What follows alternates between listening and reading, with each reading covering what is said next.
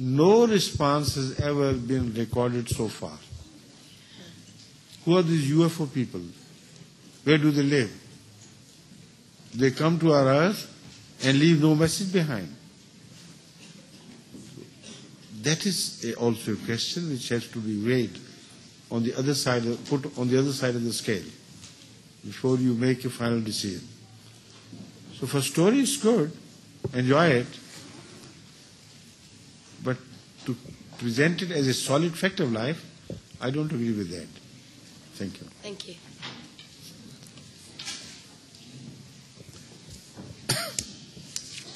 मगरिब की नमाज कितने बजे होती है? 8 बजे?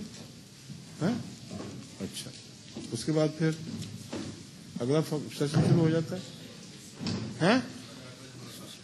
अच्छा, you would like me to bring it to a stop now? और ये बच्चे जो दूर दूर से आए हुए हैं, अभी तो ब्रेडफोर्ड ही खत्म नहीं हुआ. Come on, let's continue. उनको डिले कर देंगे थोड़ा सा. Come on, children. Assalamu alaikum. Wa alaikum assalam. My name is Naveed Shakur and I'm from Cardiff. From Cardiff. And right. my question is, right. why, at what age do you have to be able to come fast? Come closer to the phone. Yes? At what age do you have to be able to fast, and why do people go to Hajj? Fast and Hajj? At what age do people have to be to fast? Oh, well, so why do we have to do that? Two things. About the other fundamentals of Islamic practices, you have no question to ask? Why do you say prayers? Why do you give zakat? And so on. That you have understood. Yeah. And why do we have to spend in the cause of Allah? That you have understood. Yes. Only what baffles you is the wisdom of going to Hajj and the wisdom of keeping fast. Is that right? Yes. But that's not right.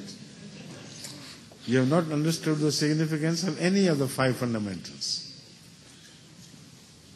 I don't know why you're asking about fast. Maybe because only about 2 months ago, the month of fasting came, and people were,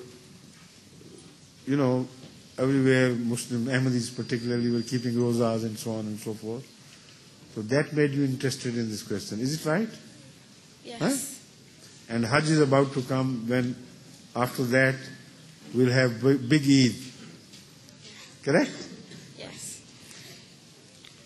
Because I asked this counter question to indicate to the administration here that on the fundamental beliefs and the fundamental practices, Khudamul Ahmadiyya and the management of Atfalul Ahmadiyya, etc., should pay special attention and should not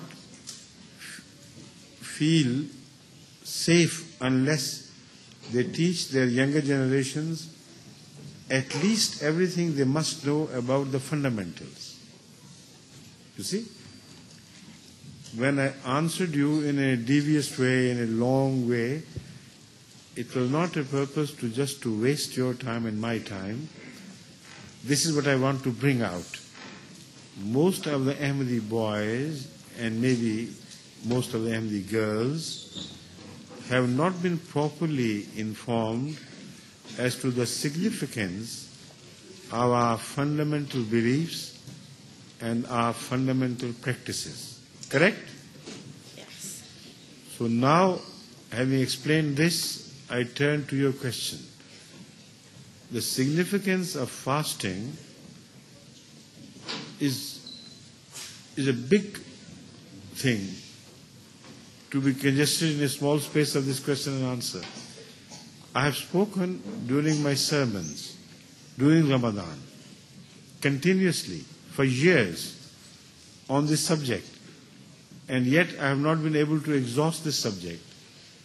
So I advise you to have the cassettes of last Ramadan and start listening to them. If you have a video at your home, get a video and watch me and listen to me when I am explaining the significance of Ramadan to the whole world. You are a part of the same world. Why should I say all the things all over again addressing you alone or a small class here when I have already done this, when I have already attempted to explain in every possible detail the significance of Ramadan, and I have tried to express myself in such language as at least the major part of the sermon should be understood by people of all ages. So if you are really interested, then listen to those sermons. Okay? As far as the Hajj is concerned, I have again spoken on the issue of Hajj and its significance. At the time of the sermon of every Eid, during my office of Khilafat for the last 14 years. So if you can't go back to all that period, get a cassette, recorded cassette of my sermon of last Eid and the Eid before. That is the Eid, Badi Eid as we call it. Then inshallah, your query will be answered, and I hope you'll find satisfaction in that answer. Right? Now, you nod your head in assent, right? Yes. But do you mean it, or just you're saying yes, yes, yes? I mean it. All right, when you listen to those sermons, write to me afterwards. Okay? Yeah. And if there are any areas which are not properly explained, which you do not understand, then write to me about them. Then I'll know that you kept your promise and you meant business. Okay? Jazakumullah.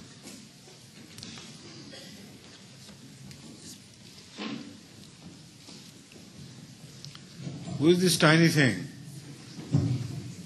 Has he reached the age of Atfal, or is underage as yet? Assalamualaikum. The age of Atfal begins with 7, doesn't it? But he doesn't seem to be 7 years old, is he?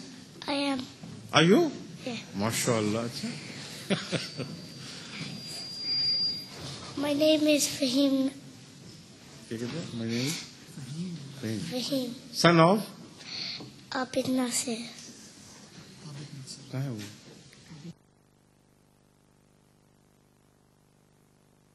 Now your question, please. You're from Hounslow.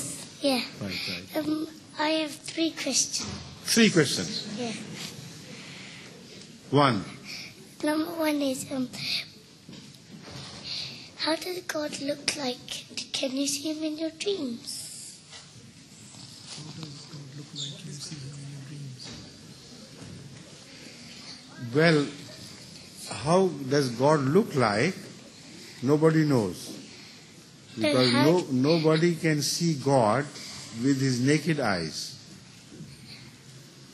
How do you see him in your dream? In the dream? Yeah. Differently. Some people see God in their dreams as a light, as a sudden glow of light. And sometimes people see them in the form of human beings, as holy people. But they are just apparitions, images. They are not the true picture of God at all. God is not made of any body. God is not made of any substance that we know of. God is not made of the material of which we are made, or the universe is made. So it's impossible for us to see God with our material eyes. Okay, right? Only He is a power. He is behind everything which we see. But they are covers. They are not God. When you see the light of sun is not God. Nor the light which is emitted by the sun is God. But the power behind the sun and behind the light is God. God is behind every creation. He has created you. So your wisdom, your form, your arrange, they